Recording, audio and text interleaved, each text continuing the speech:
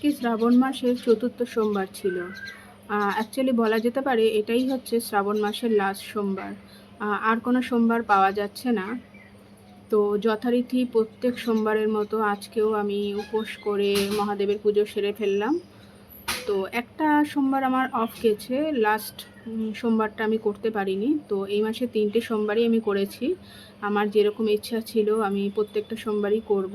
তো একটাই অফ গেছে। তো এইখানে আমি সবার সামনে তুলে ধরলাম আমার ভোলে বাবাকে আমি কিভাবে সাজিয়েছি। পুজো করার পরে আমি ফটোগুলো তুলেছি, তুলে আমি সবার সাথে সেটা শেয়ার করে নিলাম। খুব ভালো লাগে ভোলে বাবাকে যখন সুন্দর করে সাজাই। ভোলে বাবা বলে না, সব ঠাকুরকেই আমি যখনই পুজো আচ্চার দিনে হয় সমস্ত ঠাকুরকে সাজিয়ে ফুল দিয়ে সাজানোর পরে আমি ছবি তুলে আমি সবার সাথে সেটা শেয়ার করি।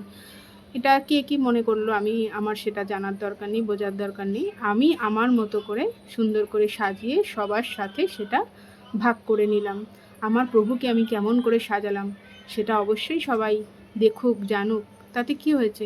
সবাই যদি সবার নিজের লোককে ছবি তুলতে পারে, তাহলে আমি কেন আমার প্রভুর ছবি তুলতে পারি না? নমঃ শিবায় নমঃ।